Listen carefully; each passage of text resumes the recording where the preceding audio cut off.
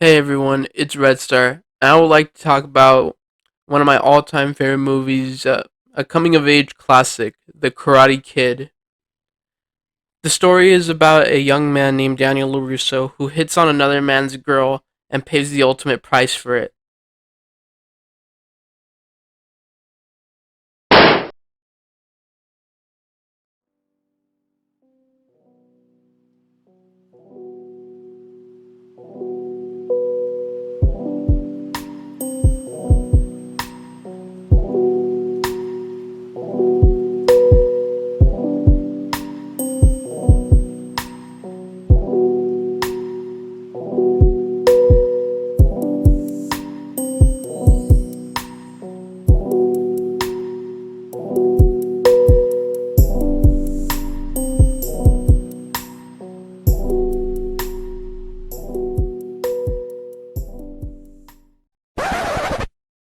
Not that ultimate price, but another ultimate price for not respecting personal boundaries, but challenges said man to a karate tournament. With that being said, let's address the elephant in the room. Cobra Kai. Cobra Kai gave me a different outlook towards the Karate Kid film and makes the hero of the film really ambiguous considering what we know now.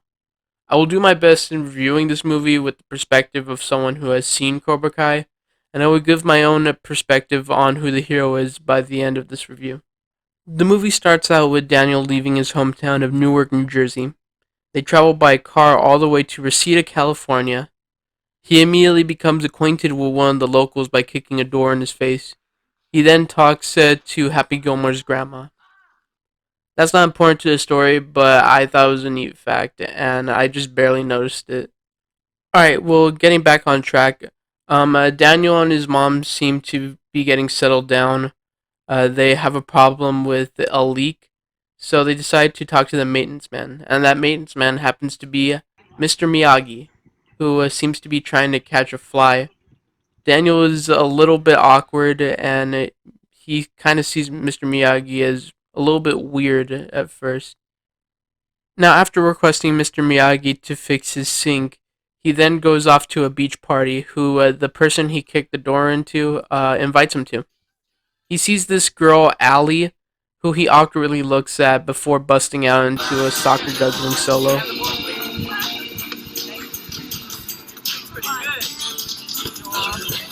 Headshot. An indistinct amount of time passes, and he can't seem to keep his eyes off Allie. So his friends decide to throw him in a situation where they could meet. But as they're hitting it off and talking, the baddest gang in town, composed of the richest white kids, pull up. The Cobra Kais. This is where we are introduced to the second main character, Johnny, depending on who you ask, who talks with his friends on how he's looking to change his ways of being an ace degenerate. Ex-degenerate, man. 8 a.m. tomorrow, I'm a senior. Got 1 year to make it all work. He then sees Allie, his ex-girlfriend, interacting with Daniel. This fills him with immense jealous rage, and he races off to go confront her. Allie sees the headlights and, not wanting Daniel to be involved with Johnny, tries kicking his soccer ball as far enough a distance from the ensuing argument that is about to occur. Johnny tries reasoning with Allie at first in a calm manner, showing that Johnny does not want to fight, because if he wanted to fight, he would have immediately headed straight to Daniel and beat him up.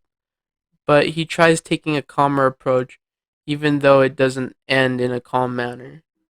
Johnny then tries to solicit a conversation out of Allie by taking her radio. Johnny should have respected her wishes, but he's not seeking conflict. Allie then tells Johnny that she'll immediately talk to him if her radio is returned. This is obviously a lie, and she turns on her radio after it is returned. Johnny then, in a blind rage, smashes her radio. Daniel then gets involved within the situation.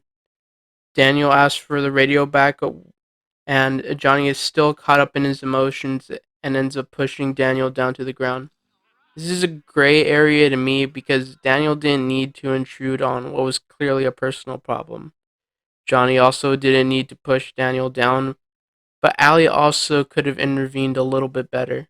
What I mean by this is Allie had the right to her personal privacy, but this also means that she should carry the responsibility of any misunderstandings that may take place due to her withholding any information from Daniel and especially Johnny. Like, let's say, her being in a recent breakup, or let's say Daniel only being like a 5 second friend that literally knows nothing about the place that he's in. As soon as Daniel is pushed down to the ground, he pops right back up, ready to brawl. Daniel is shown to be very outclassed by Johnny's superior technique. Daniel is only able to land one hard sucker punch to Johnny's nose. Johnny recoils and then says the now iconic line, "No mercy." He then proceeds to defeat Daniel and drives off. Daniel, broken and defeated, lays on the beach, being outcasted by the friends that he made, just for losing to Johnny. Daniel goes to school the next day, and either out of pity or genuine affection, Allie begins to talk to him, telling him her name and making small talk, much to Johnny's dismay. So then Johnny organizes a plan to trip Daniel while playing soccer. It's a little odd that Daniel would take offense to this in the manner that he did. He basically gets in a physical altercation with Johnny's friend over a simple trip. Daniel then storms off and goes to learn karate so that he could better defend himself, or so that he could get revenge on Johnny. But he ends up in Cobra Kai instead, where Johnny doesn't take his appearance lightly. Johnny then confronts Daniel while riding his bike as revenge for his friend, or as a message for Daniel to stay away from Cobra Kai, due to Daniel making an appearance in Cobra Kai to better his skill in order to beat Johnny. Johnny and friends then lead Daniel off of a hill where Daniel injures himself. I kind of think that a small fight on a soccer field and an appearance at Cobra Kai didn't really constitute Daniel potentially injuring himself, or even worse. But then again, they've all been taught no mercy, which is a topic I'll get into later. Now, moving on. Out of a fit of rage, Daniel then throws his bike into the garbage, where Mr. Miyagi hears Daniel's outburst and then fixes his bike. Daniel and Mr. Miyagi then become friends. An indistinct amount of time passes, and Halloween arrives. Daniel seems to be avoiding Johnny, and Johnny seems to pay no attention to Daniel. Daniel then prepares for a Halloween dance and goes as a shower, where he finds Johnny smoking his medicinal marijuana. And since Daniel hates healthy living, he douses Johnny with sink water. And since Johnny isn't able to get his proper dose of THC, one of his symptoms is unbridled rage, so he unleashes it on Daniel and chases him. I'm obviously exaggerating, but that's basically what happens. Okay, now this moment shows that Daniel is a little bit petty considering that at least half a month had to have passed since both the bike incident and the fight. Not only that, but he causes a multi-car collision, which is not good. So then Johnny and his friends begin to wail on Daniel, where then we see Mr. Miyagi himself save Daniel through the known art of child battering. And for those people who think Mr. Miyagi's the secret villain, to be fair, Mr. Miyagi couldn't have known the situation and known that Daniel started the altercation while also committing a crime along the way. So give Mr. Miyagi a little bit of a break. All Mr. Miyagi saw in that situation was a kid who needed help and a kid who was getting beat on. So Mr. Miyagi patches Daniel up, and then the next day they head out to confront the Cobra Kai members. Then we finally meet the man himself, John Kreese, the ex-war veteran turned karate sensei. He's not too pleased to hear his students got beat by an old man, and he doesn't like peace. So I guess Mr. Miyagi and Daniel have to fight. But Mr. Miyagi makes a few demands. He uses the time, the place, the All Valley tournament, and in John Kreese's words, nobody touches the prima donna until then. They get to train him by punching me, running upstairs. Oh wait, no they don't.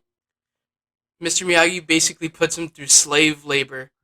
But this actually does have some significance. I'm just being a jerk until we actually figure it out. Also, since Cobra Kai can't technically hurt Daniel, he decides to be a little bit douchey and move in on Allie while the iron's hot.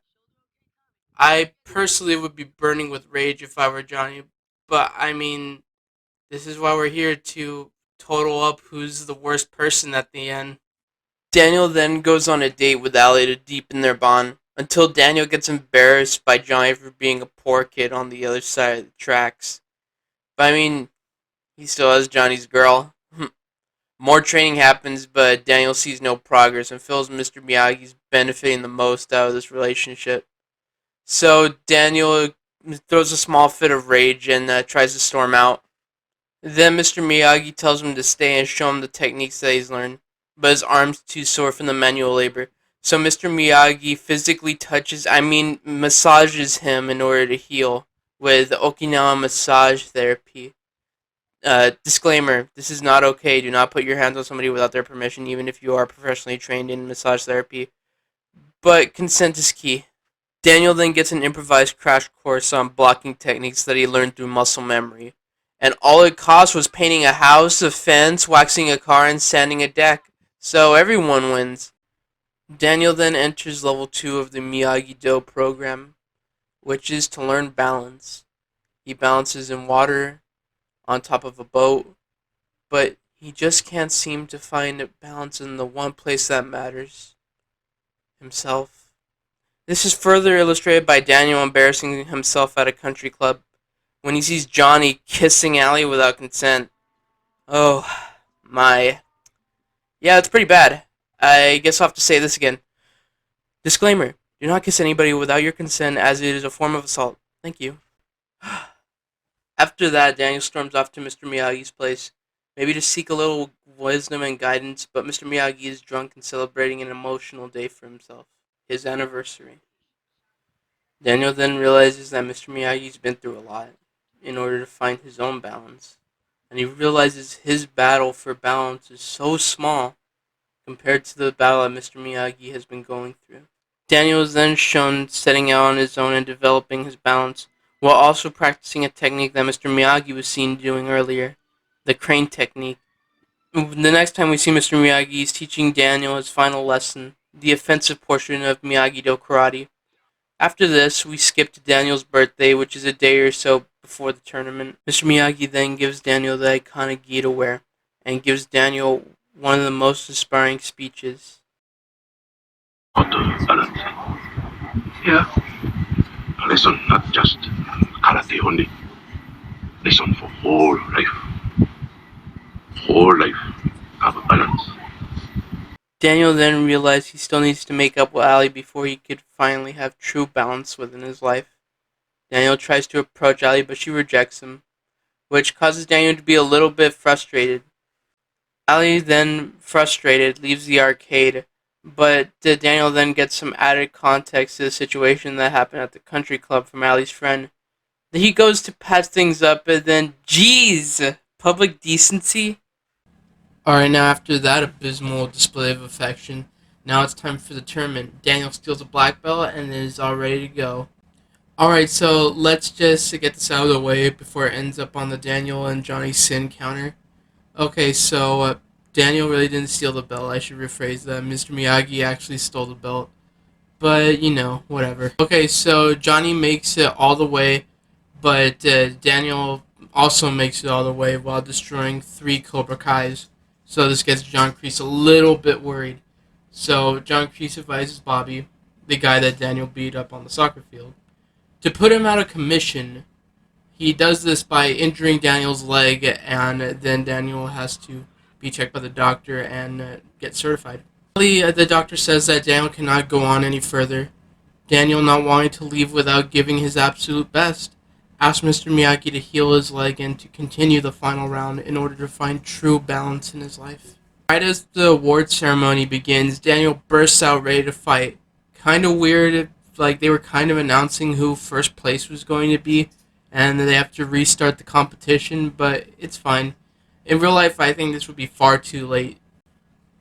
But whatever, so the final battle goes underway, and Daniel ends up going out aggressive and challenging Johnny blow for blow with an early 2 points to lead. But then Johnny's nose gets injured, and John Kreese has to tell him the infamous line, Sweep the leg. "Sweep the leg," with Johnny obliging. Now this brings us back full circle to a line that was said earlier in the movie by Mr. Miyagi. There is no such thing as a bad student, only a bad teacher. This scene shows that, and it makes me wonder, is Johnny really a bad guy if it's just the ideals that he learned from his sensei? Strike first, strike hard, no mercy, sir. Well, I feel Johnny does hold the majority of the responsibility since it's Johnny's actions. It's just the ideals that gave him the ability to push those actions. How the turntables. Johnny is agitating the injury of Daniel. He ends up equaling out the score 2-2, and this is Daniel's moment. This is his do or die moment. Daniel then pulls out the crane technique, and then right when the ref says fight, Daniel takes flight. Just like that, Daniel's the winner. Johnny leaves the loser but not defeated, since he throws away his pride and gives Daniel the trophy. Okay, so now let's settle this. Who's the hero? Okay, do you really want to know? Alright, drum roll. The answer is... It is... no one. Okay, let's get this out of the way. There's no one here that's a hero or a villain. There's just people with two conflicting ideas.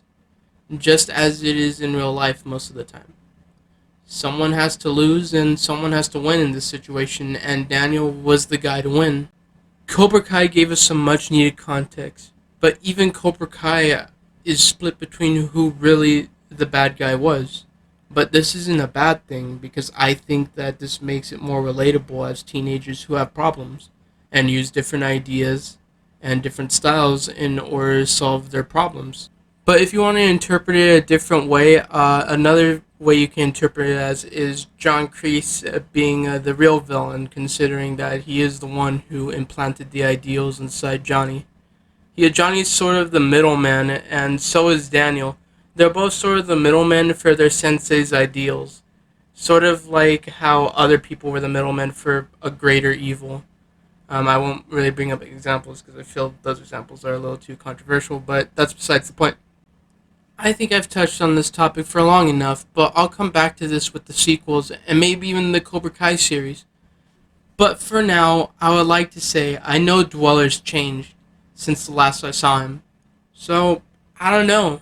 Maybe it's time I change too. But for now, my personality is just going to have to stay a little bit two-dimensional. Goodbye.